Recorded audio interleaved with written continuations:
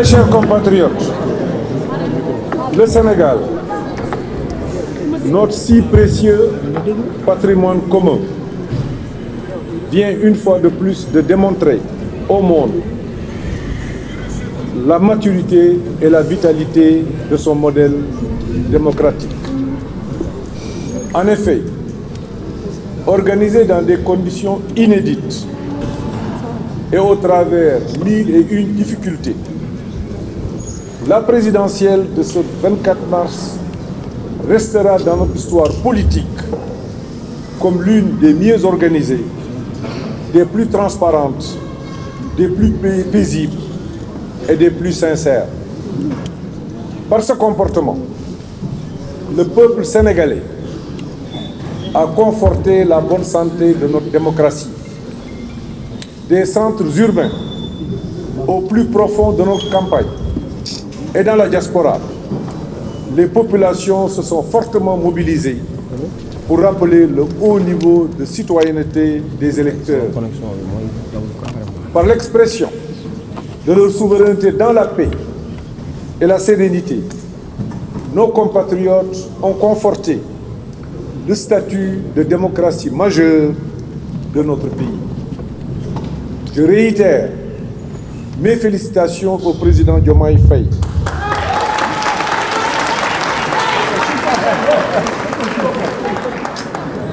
Je lui souhaite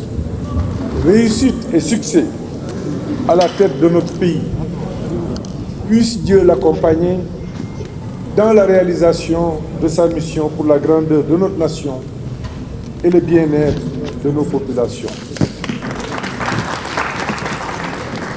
C'est pour moi le moment solennel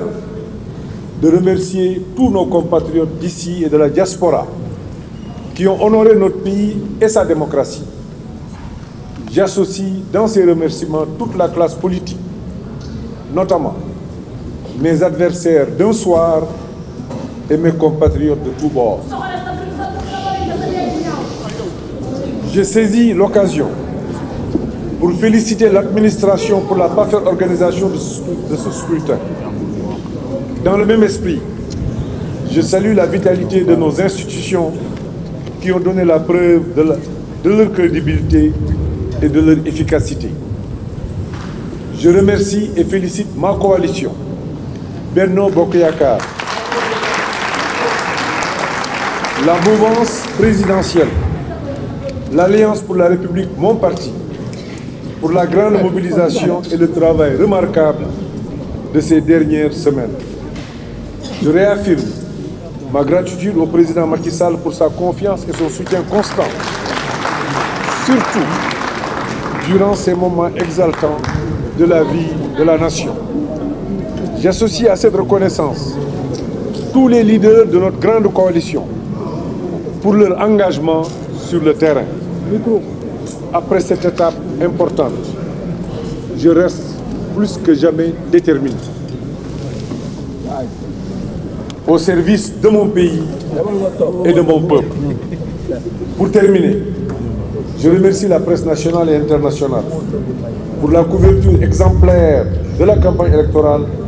ainsi que sa disponibilité pour l'information de nos citoyens. Je vous remercie. mbokki Sénégal nekk fii ak bitim réew. Sénégal sunu réew waneeti na ci kanamu àdduna yëpp ni réew mu mag la. def nañu élection ci jàmm ak salaam di def élection yi ci anam yu métti ndax diir bi dafa gàttoon waaye def nañ ko ci jàmm def nañ ko ci salaam bu amee coow yi bariwul. Sénégalais yi génn nañu tànn nañu wax nañu li mbir mi génneegu mooy Bassirou Diomaye Faye moom mooy jiitu moom la ñu élire au premier tour. ma koy félicité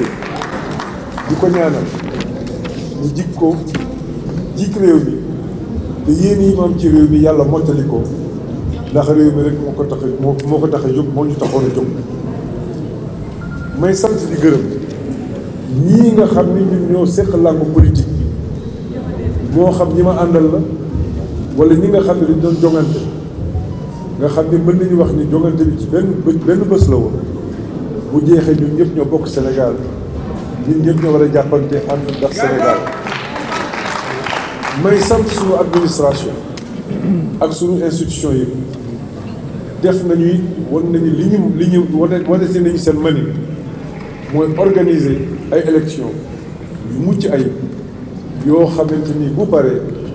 ñëpp dañuy jublu def seen soxla ndax loolu mooy li nga xam ni moom la Sénégal xam ma leen di sant di leen gërëm di leen remercier ma ciy beral nag sant ak gërëm ak nuyoo ñii nga xam ne ñoo bokk langue politique bi maam ñoo ma ànd muy coalition Benno Bokk Yaakaar muy alliance pour la République may sant kilifa yëpp di ci beral cant président Macky Sall bi nga xam ni moom moo jiite coalition bi te tànn bi jóge ci moom ba ñu mën a nekk fii tey taxaw di waxtaan ak yéen may sant yéen jur taskatu xabaar yi ndax li ci war def ngeen ñuy jéggalu it ndax lu ñàkk yenn saa ci sunu diggaale ngeen mën cee gis wala mën cee dégg loo xam ni mën na dëpp bañ a dëppoog suñu jikko bu ci amee ñu ngi leen di baalu àq di leen baal àq ñuy ñaan yàlla lii nga xam ne def nañ ko muy lu jig Sénégal yàlla ñu yàlla defal jàmm ma leen di ñaanal yéen seen liggéey yàlla def ci barke je vous remercie